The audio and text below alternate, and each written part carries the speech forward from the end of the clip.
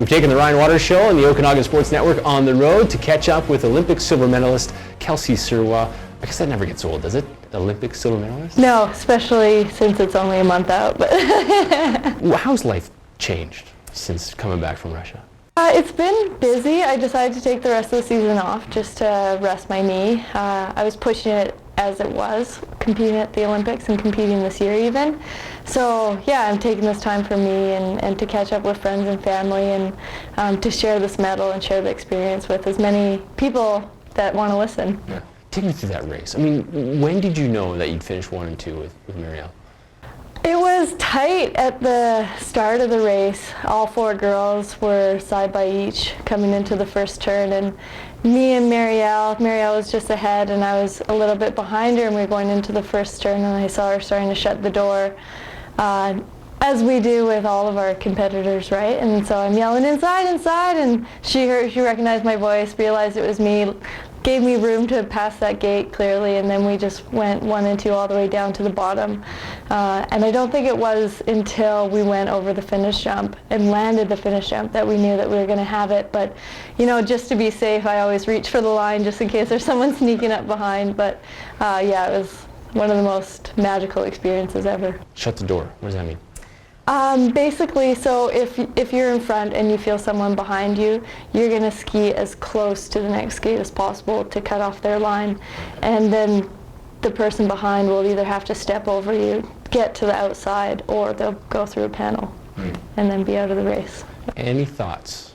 Any thoughts at all, maybe passing her, Marielle? Oh, of course, it's an individual sport and we're still racing against each other. That being said, I'd never do anything that would jeopardize either her or me finishing. And you know, 1 and 2 is a pretty good spot to be for Canada. And yeah, I tried a couple times to get around her, but just never found the speed. And you know, Marielle's a great teammate. She's a great person to follow down the track because I know that I can give it 100% and then some, and I don't have to back off at all going over jumps or blind features or anything like that. So yeah, if an opportunity presented itself, I would have passed her, but it didn't because she's such a good racer. How many times did you run the race in your head? Run it a couple times over and over. You know, the athlete in me is like, oh man, I missed out on the gold, but then the other side of me is so thrilled to come away with the silver. You know, it's not, the medal isn't just an Olympic medal to me, it represents the journey and the hardships that it took to get here and all the people that helped me along the way. A little piece of them is in this medal, so there's a lot of people in this medal. Hardships? Your knee, did the knee bother you at all during the Olympics? Yeah, it did actually, and I'd missed the last 3 World Cup races before the games just because I re-injured it. I landed really hard off a jump in early January, and so I hadn't actually raced since before Christmas. So I was going into the Olympics kind of with, you know, weight off my shoulders, knowing that there wasn't a lot of expectations on me to perform. This is my first race back, and you know, I was dealing with my knee again. But you know, once you're standing on that podium, you don't feel any pain. You're just jumping around and living in the moment and loving it. Did you get a chance to enjoy your moment and enjoy the Olympics, the biggest stage of your career?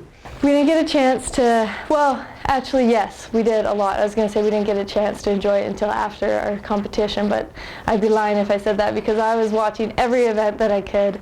I went to a few events live, and the rest we were watching in the Athletes Lounge in our residence with other Canadian athletes in the village there. And it was amazing because you got to learn about the sports from the athletes themselves that compete in them. And that's an insight that I wouldn't have had otherwise. Also just the energy and, you know, when someone did well and that would travel through our entire residence and really lifted up spirits. You mentioned you taking the rest of the year off. When you look at the World Cup and some of the other events, do you miss it? Do you wish you were there?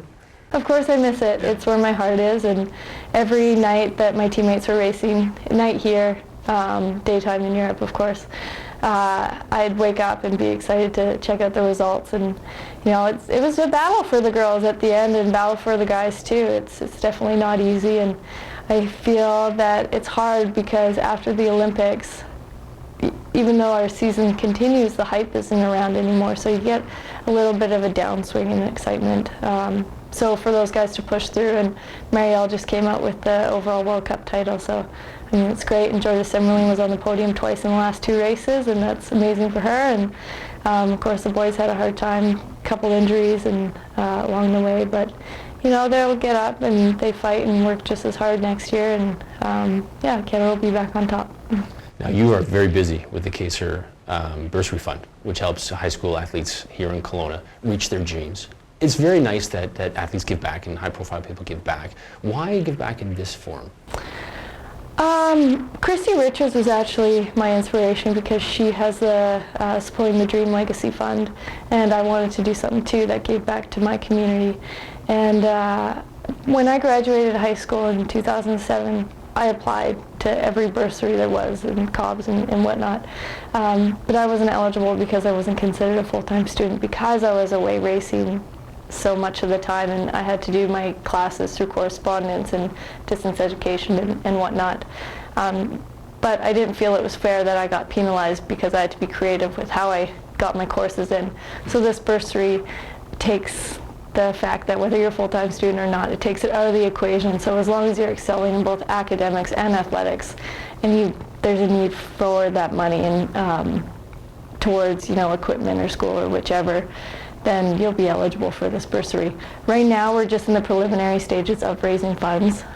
We've only raised about $6,000 so far, and of course I'd like to be able to give out $5,000 a year. So yeah, we're working on raising that up, and ultimate goal is to make it self-sustaining and so it can regenerate every year and last forever. Do you want it to be every athlete gets $5,000? Is that where you'd like to see it grow? Yeah, of course, and the more money we raise, the more athletes that we can support. So I think right now we'll start at my high school that I graduated from, KSS, and then we'll expand within Kelowna, and then if it gets bigger, maybe we'll expand to the Okanagan and furthermore BC and out. Now when you're racing, do you have to carry something? Do you have to have something or have a meal beforehand? Is there any superstitions with you? I keep saying this, I'm not superstitious, I'm just a little stitious. So I don't know, I have these little rhythms and, that I'll go through, and I tap my poles before I enter the gate, and just visualizing the run, visualizing the course and whatnot. This season I've been carrying a loonie with me in my race jacket, and in Russia I had a Canadian loonie along with a Russian ruble, or 3 rubles. I think I'll keep the loonie and exchange the ruble out for for a Korean coin when that time comes. But 2018 is certainly something you're focusing on? Yeah, definitely. I think I'd be silly to retire now. I'm at the height of my game, and I still love it, and as long as my body will allow me to compete, I'll be there. So we've seen you in the media, we've seen you do tons of interviews, we've seen you race for the Olympics. What's one thing people don't know about you? I can blow bubbles off my tongue. Yeah, and I can blow air through my tear duct in my eye if I plug my nose and blow, yeah. It's kind of weird, but... You're on command? Yeah, of course. Well, it's not much to see. Well, thanks for doing this. Good luck with the rehab, and we'll see you real soon. Cool, thank you.